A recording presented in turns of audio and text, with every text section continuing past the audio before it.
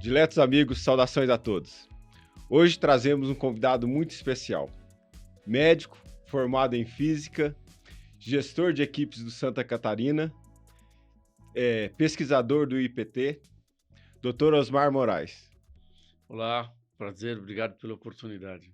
Eu que agradeço, Dr. Osmar. Para essa conversa também trazemos a doutora Alessandra, CEO da SEM, para ajudar a conversar com o Dr. Osmar aqui. Muito obrigada, é uma honra.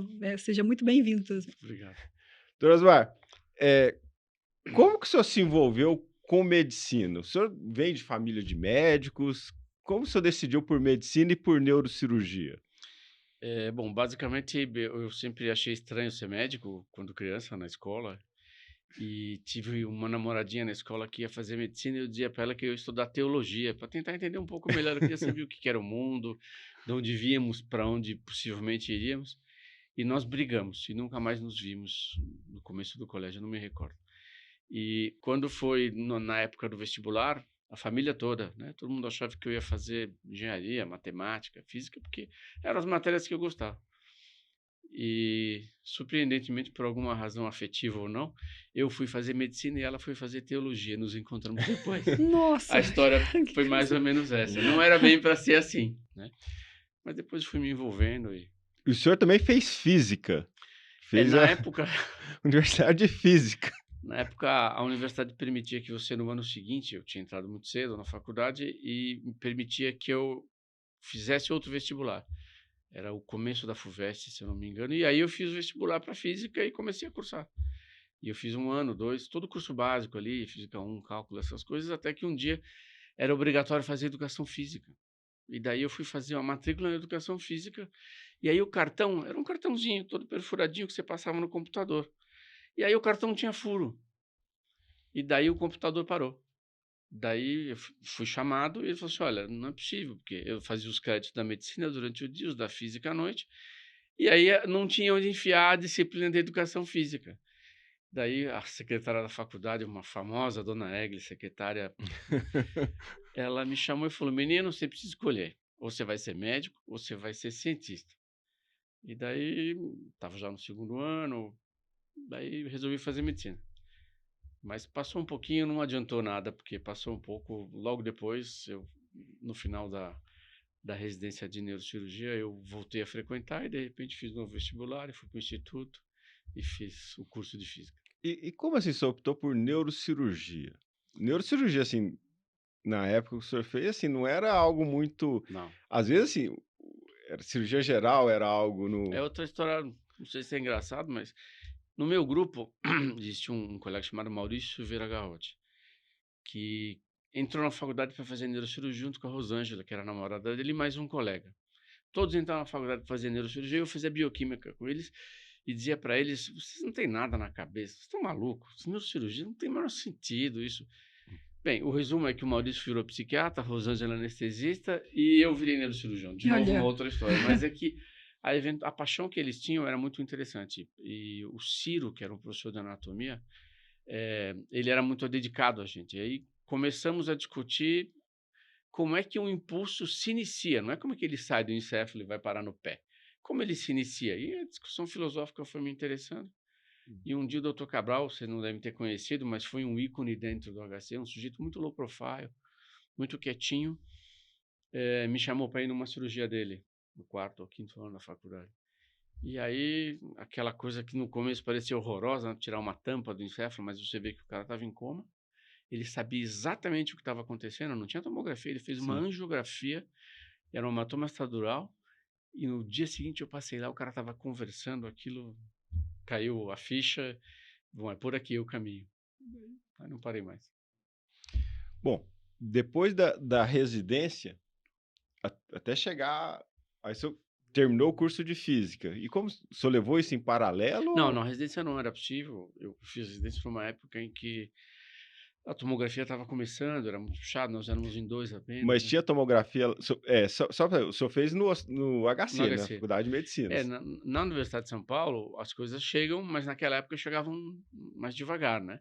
Então, já tinha tomografia, por exemplo, no Sírio, no Einstein, na Beneficência. Então, nós conseguimos fazer no SUS no começo. Quando chegou no final do R1, no começo do R2, já existia tomografia, mas era uma disputa, Sim. porque todo mundo queria fazer. Então, de vez em quando, era necessário fazer uma angiografia. Enfim, era puxado, não tinha condição. Eu me lembro que era muito frequente eu ficar 2 ou 3 dias no hospital e voltar para casa. Então, eu já ia para o hospital, você já ia com uma malinha de roupa, porque a visita acabava 11 horas da noite, se às 5 da manhã precisava saber quem fez febre e tal, e você tinha que escolher, ou toma banho, ou janta, ou dorme. Não tinha muito, né? Você escolheu um desses A três? gente só escolhia dormir. A gente só escolhia dormir, não escolhia outra coisa. Não tinha. E então foi. Mas tem várias coisas interessantes que moldaram isso, porque quando eu comecei a mexer com uma área que era a área de coluna, a biomecânica da coluna era mal conhecida. Uhum. E eu descobri que a pessoa que mais entendia disso, que era o Edward Benzel, ele era engenheiro. Benzel. Ah, é? Ele era engenheiro, ele tinha uma formação, ele tinha um degree, um grau em engenharia, e por isso ele tinha escrevido aqueles livros. E eu já estava com vontade de voltar mesmo. Aí prestei vestibular de novo e fui.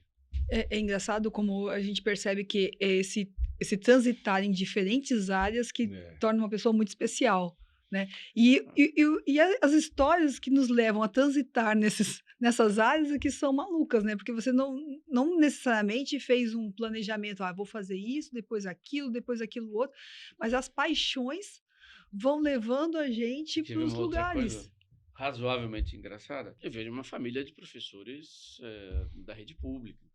Não tinha muita condição. Quando foi no primeiro para o segundo ano da faculdade, eu ganhei do curso objetivo, posso fazer propaganda, porque eles foram maravilhosos comigo. Eu fiz o primeiro simulado, fui bem, no segundo eles passaram a me inscrever em tudo quanto era vestibular. E eles prometiam os livros do primeiro ano para quem passasse na USP, alguma coisa assim. Só que eu fiz, sei lá, 12 ou 13 vestibulares e passei em todos. Quando chegou no começo do ano, no primeiro ano, eles me chamaram, eu nem sei como eu fui, acho que eu fui de ônibus, não sei. E eu cheguei lá, tinha assim, os livros de histologia, biologia molecular, tudo que era livro do primeiro e segundo ano eles me deram. E eu não sei como eu levei aquilo para minha casa, porque era um negócio assim... Mas quando chegou no meio do segundo ano, acabou. Os livros eram outros, aí eu precisava pensar em uma forma de me custear um pouco melhor e tal. E aí, naquela época, eu já tinha estudado um pouquinho de física, sabia um pouquinho de matemática, começou a programação. Não tinha Windows, não tinha nada disso. Então, meu irmão tinha um gravador cassete e tinha uma televisãozinha pequenininha, desses de tubo, e eu pedi emprestado no laboratório da física uma coisa que chama TK95. TK80X, Foi onde eu comecei também, olha só. Aí eu encaixei aquilo lá e comecei a aprender programação. Mas só tinha programação industrial, né? COBOL, Fortran, enfim. E daí eu descobri que as lotéricas faziam uma coisa que era o seguinte, tinha uma coisa chamada Quina ou Sena, não me lembro, mas que as pessoas davam 10, 15 números e queriam que você combinasse esses números em jogos. E os caras faziam na mão aquilo, levava 2 horas. Aí eu fiz um programinha para fazer a combinação de 10 números, 6 a 6, 20 números, 5 a 5. E daí nós começamos a ir, eu e um colega da física, começamos a ir em várias lotéricas e pegava de noite os jogos que os caras deixavam para o dia seguinte, fazíamos isso e depois, sei lá, o jogo custava R$5, a gente cobrava 50 centavos e o cara vendia por 6. E daí fui fazendo uma... Olha o empreendedorismo, já desde... E daí isso se tornou uma coisa, e olha como é engraçado. Com isso eu comprei uma moto. E passei para a faculdade mais fácil. E nós compramos outra para um cara fazer isso. Esse conceito de motoboy aí. Esse menino trabalhava durante o dia. Isso é legal, tem uma matéria, acho que é na Folha de São Paulo, se eu não me engano. O menino passava, ele trabalhava, era office boy no canto. De noite ele acabava, passava, pegava a moto lá, pegava todos os jogos, entregava pra gente. A gente passava na maquininha ali, devolvia pro cara num flop, num negocinho. Não era um CD, não era um disquete. Devolvia pro cara. De 5,1 polegadas.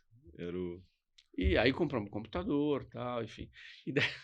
E daí o menino, esse cara, ele comprou mais uma moto, e aí começou, e ele descobriu que também podia entregar coisas, documentos e tal, não sei o que. Olha que coisa engraçada, né? Mas, Osmar, assim, principalmente a faculdade de medicina, você não acha que ela às vezes poda um pouco essa ideia meio fora da caixinha das pessoas, não? Muito, porque a gente então. sai formado... Tem uma outra história sobre isso. Quando eu estava no terceiro ano, era um absurdo que a gente tinha que estudar. Era um absurdo, porque o cara dava aula de hepatologia, né? Hepatite A, não sei o quê, hepatite B, escrevia na lousa, falava, e você saía de lá, tinha que anotar, e você ficava naquele negócio, e não tinha muito o que fazer. Eu não falava inglês, não falava espanhol, tinha um outro livro, não tinha muito o que fazer. Daí, isso chamou muito a atenção, porque eu via os caras formados há bastante tempo, os caras na residência, os que estavam lá, tudo mais ou menos seguindo a mesma linha, não tinha inovação. E daí eu conversei com um colega e falei, olha, eu acho que isso aqui está esquisito, não é assim, nós não vamos a lugar nenhum assim. E procurei um laboratório, que era o laboratório de investigação médica na época, né? Que os laboratórios eram todos laboratórios de investigação médica, mas só tinha animal, não tinha nada que juntava a clínica com... E daí eu falei, isso aqui está tudo errado, eu preciso parar para pensar. Devia estar no começo do 3º ano na época. E tinha juntado um pouco desse dinheiro aí, daí eu peguei um amigo e falei, o que você acha da gente deixar pro ano que vem começar o 4º ano? Daí ficou aquela coisa meio... Ele já não gostava muito da ideia, o pai dele era agrônomo, né? Eu chamei minha mãe falou, pensa bem, depois que você acabar a faculdade, você nunca mais vai ter férias de 30 dias, porque você vai ter o internato, você vai ter a residência, você vai trabalhar. Então vai. Daí nós paramos e fomos viajar. Primeiro viajamos no estado de São Paulo, depois viajamos um pouco no Brasil, depois fomos para fora. Então nós fomos a Machu Picchu, e isso sim abriu a cabeça. Aprendi a falar um pouco de espanhol, e isso abriu a minha cabeça para ver, por exemplo, um tipo de medicina diferente. Porque a medicina, se você andar pela América Latina, ela é muito diferente. Ela é muito diferente e funciona. Então, por exemplo, naquela época, em Lima, tinha um cara, na capital do país, tinha um cara que era um curandeiro, com ervas e não sei o que mais, e assim, a fila dele era muito maior que a fila do pronto-socorro oficial do hospital da universidade. Então, sem juízo de valor. Estou comentando que pensar fora da caixinha, isso. Esse cara fazia com que algumas das anestesias para pequenos procedimentos, lavar fratura exposta e tal, fosse feita com folha de coca, enfim. Isso abriu um pouco a cabeça para pensar que fora da medicina existem coisas que você pode trazer para dentro e melhorar. Na área de coluna, nós fizemos isso. E muito, assim. Muitos dos implantes que se modificaram foram com essa ideia. E eu que trouxe para dentro do grupo de estudo do Technical Commission da Fundação um advogado e um arquiteto. O arquiteto ajudou a gente a dar forma a alguns implantes que a gente nunca tinha imaginado que poderia acontecer. E o advogado fez a gente pensar várias vezes no paciente. Será que é melhor mesmo você faz uma cirurgia grande e fica lindo o raio-x? Ou será que é melhor você repensar e fazer 3 buraquinhos, o cara fica funcionalmente igual? E foi aí que nós começamos a fazer a cirurgia percutânea para fratura de úmero e outras coisas. Então, ir para fora, para depois voltar, isso foi coincidência, não foi planejado, mas deu uma visão boa. Eu estava conversando isso ontem com uma mãe, né, que ela estava questionando a filha querer parar. Aí eu fiquei quieta, fiz uma cara assim, porque eu hoje, repensando, eu teria feito isso mesmo. Eu teria feito 1 ano, segurado a minha vaga, saído, melhorado meu inglês, aberto um pouco mais, porque eu tive que fazer isso depois, com muito menos tempo, com muito menos, né, condições, que a gente, às vezes, quando é mais jovem, aproveitaria uma oportunidade. Mas sempre dá tempo, né, doutor Ismar? Então, eu ia sempre comentar dá isso. tempo. Isso se dilui no tempo, né? Então, eu não acho que uma pessoa deve entrar na faculdade de medicina com 16 ou 17 anos, porque aos 20 anos de idade eu estava lá vendo um cara com a cabeça aberta, com coisas graves, tomando decisões que você não tem maturidade para tomar. Eu tive essa experiência também, porque eu entrei também com 16 para 17, eu fiz, e hoje eu acho que eu era imatura para fazer as coisas que eu... Talvez nisso o modelo americano funcione melhor para a formação do médico, né? Você não tem uma faculdade direta de medicina, é considerado um doutoramento, né? Uma pós-graduação. Para mim, tem um segundo aspecto disso que foi muito importante. Eu não sou belicoso, eu não sou do confronto, não é minha personalidade. Você vai construindo, não é que você nasce assim. Eu fui construindo, aprendendo isso. Então, eu fiz amigos na primeira turma, fiz amigos na segunda turma, um pouquinho antes. Eu criei uma quantidade de amizades, entre aspas, mas de relacionamento com médicos de várias especialidades de forma contemporânea, que para minha vida profissional foi sensacional. Exato. Então, também tem isso. Você mudar, você fica 6 anos, eu vejo quantidade de gente que se casou, porque fica ali, só vive aqui, só faz... E depois, às vezes, até não dá muito certo. né? Porque não era... Acabou restringindo as opções. Foi bom fazer isso, não foi ruim. Não. Mas, doutor Osmar, o senhor também fez, o senhor já me falou que fez alguns fellows fora, né, de uma forma mais acadêmica. Como é que foi essa experiência do senhor em contato com, igual o senhor falou, a medicina é um pouco diferente às vezes na América Latina. Agora imagina com relação aos lugares que o senhor já frequentou, né? Então, o senhor conheceu o doutor Benzel? Ficou com ele lá? Duas vezes, um tempinho com ele lá. É um personagem, né? Um cara especial. Não é um Hoje ele deve ter o quê? Quase uns 80. Ele tá perto dos 80. Ele deve ter 76, 77. Quem é esse? Edward Benzel. Edward Benzel. Pô, um dos maiores nomes em coluna na neurocirurgia. É que a história da virada para a coluna foi... eu fiz a faculdade, entrei para a residência e no meio da residência começou a troca de professor. Né? Uhum. E eu tinha intenção de trabalhar, de fazer vascular, como todo mundo, que era professor, enfim. E o tempo foi passando. No final do R5, o Dr. Mário Siqueira montou, junto com o Eduardo Velutini, Otávio Velasco, o grupo de base de crânio do HC. Não existia isso. E era o top do top. Eu acabei a residência e fiquei com eles fazendo o fellow aqui no Brasil. E as cirurgias eram longas, porque a gente fazia craniofacial, então fazia, sei lá, um Weber, Ferguson, abria a face do cara, daí parava tudo, vinha para fazer a craniotomia, voltava. Daí vinha o cara da cabeça e pescoço para dissecar e fazia. Aí chegaram o cara da plástica para poder fazer anastomose vascular. Bom, a gente marcava a cirurgia na sexta, porque senão ela trabalhava o outro dia da rotina. E isso foi indo bem até que eu comecei a ter lombalgia. E assim, tudo bem, né? Fiquei de pé aqui. Mas aí começou a ser mais frequente. E no meio do fellow, eu já estava numa fase, já tinha ido visitar o Hugo Fisch, já tinha ido para Zurich, tinha passado 2 semanas, foi um negócio legal.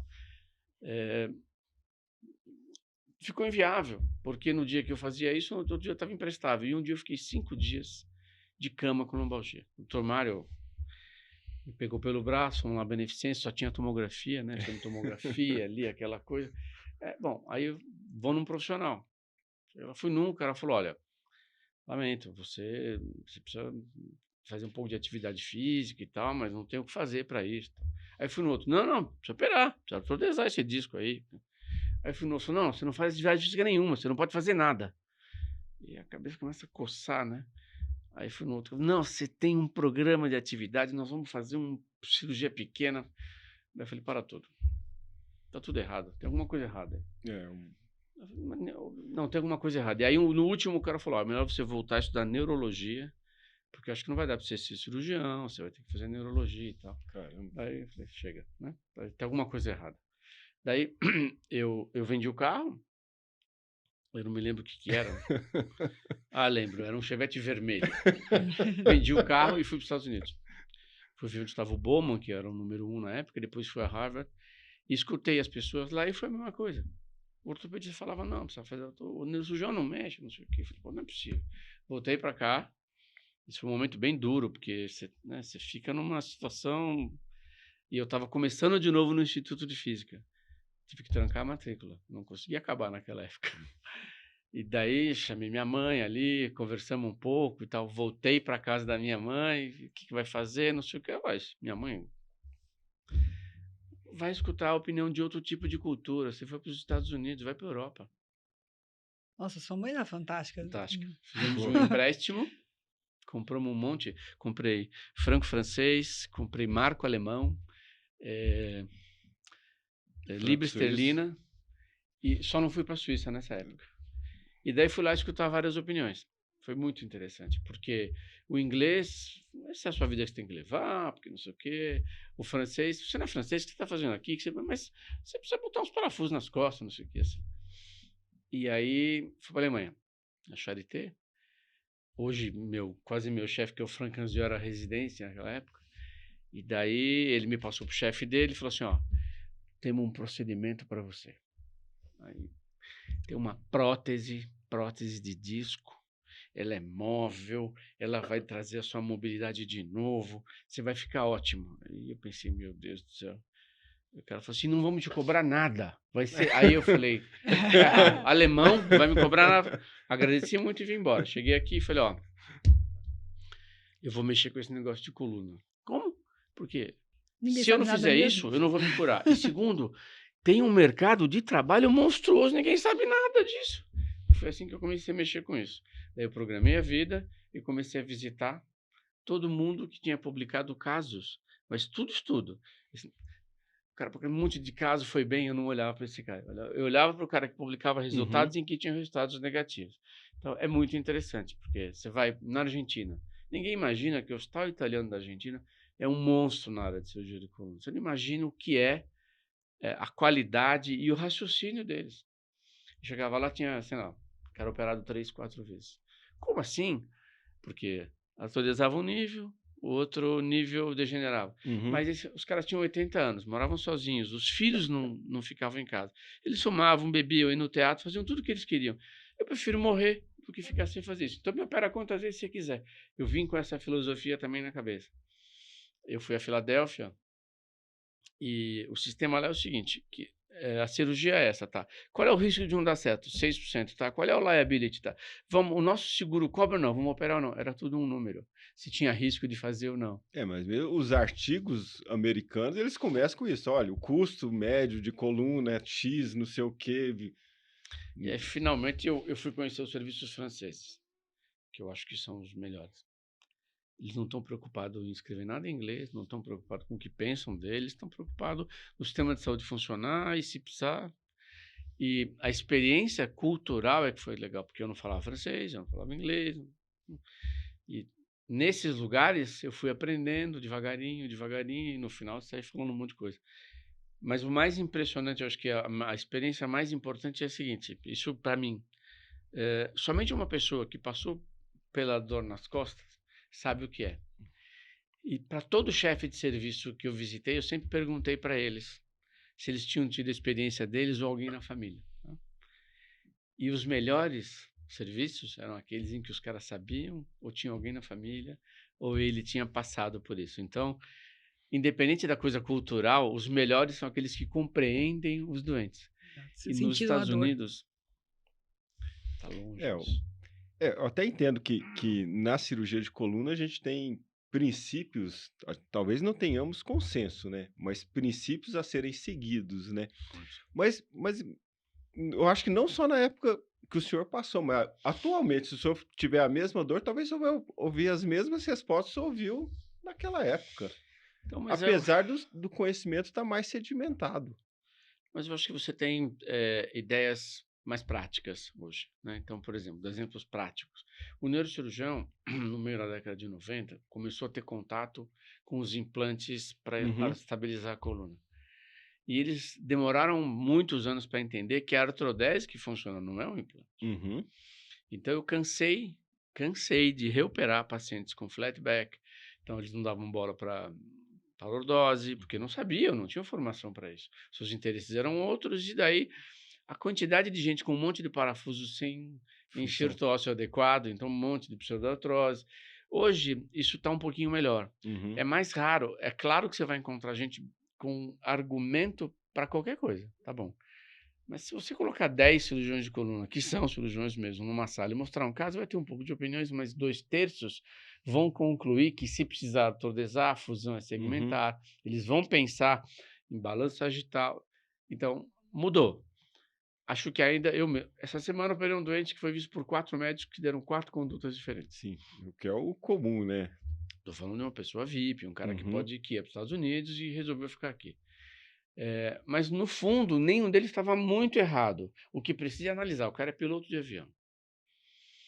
Não é muito bom você artrodesar esse cara. Agora, deixar ele com déficit discreto e só infiltrar esse cara que já tem só para dizer que você tentou, também não está certo.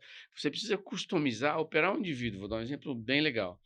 Jogador de basquete da seleção brasileira, no ano da Olimpíada, que ia jogar a Olimpíada no Brasil, 3 meses antes, uma hérnia lombar expulsa.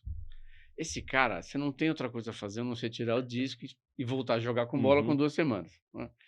Não tem outra opção. Esse cara, você não sabe se vai demorar 1 semana, 1 mês, 6 meses. Quando ele vai ser da seleção de novo? Quando vai ter outra Olimpíada no Brasil? Não tem o que discutir. O risco de ele ter um probleminha e não poder voltar é muito menor do que o contrário. Aí você pega, por exemplo, bem na mesma semana, 86 anos de idade, um disco no canal grande, muita dor, transplantado cardíaco, insuficiência renal, 3 filhos médicos, 3 netos médicos, né?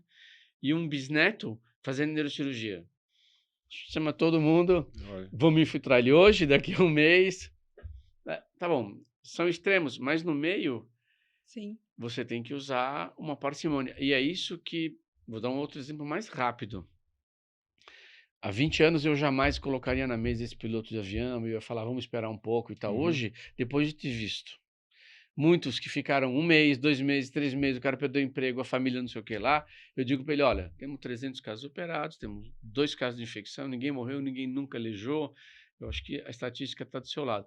Ser honesto com o doente e falar que você tem dúvida, entendeu? Isso eu acho que faz... Eu acho que hoje a gente divide a responsabilidade, né? A gente mostra que existem vários caminhos e a gente atua como um cara que ajuda a decidir, né? Você é moderador, até Sim. porque, frequentemente, eles vêm com muitas perguntas do Google. Aí, às vezes eu ponho para fora, né? O cara começa a perturbar muito. Ó. Já vai lá, pega seu cheque. Você quer segunda opinião, vai no Yahoo, vai no... Não é isso. Então, também atrapalha um pouco. Mas é impossível, você não lida hoje mais com um paciente que ele acaba de conversar com você, ou enquanto conversa com você, está procurando uma informação. E é um problema, porque grande parte da informação é ruim.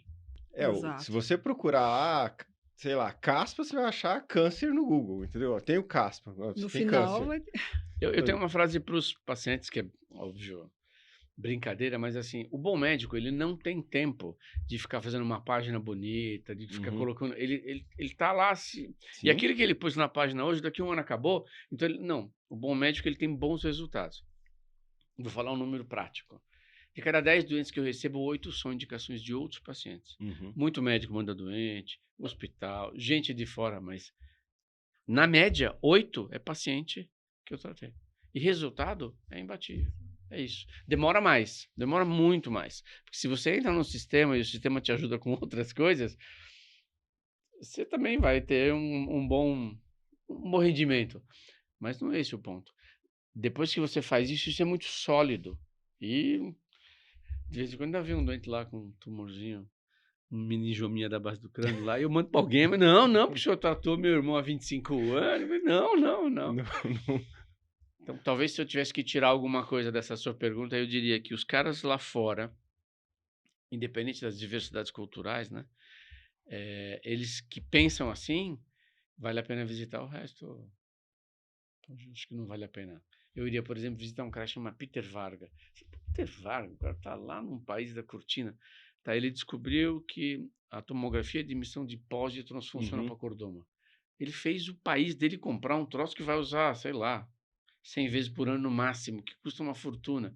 Mas a moral que o cara tem, do que ele construiu ao longo de 30 anos, fez com que um governo socialista, entre aspas, fizesse isso. O norte-americano tem um só no Texas e ainda assim dá prejuízo. Então, a ideia de fazer bem feito demora um pouquinho. Mas quando sedimentar realmente... Bom, Dr. Osmar, muito grato por essa primeira parte. Tenho certeza que a gente vai retornar no próximo episódio para dar sequência a essa conversa, tá? E a nossa audiência, até o próximo episódio, e voltaremos dando sequência a essa entrevista com o Dr. Osmar Moraes. Muito obrigado a todos.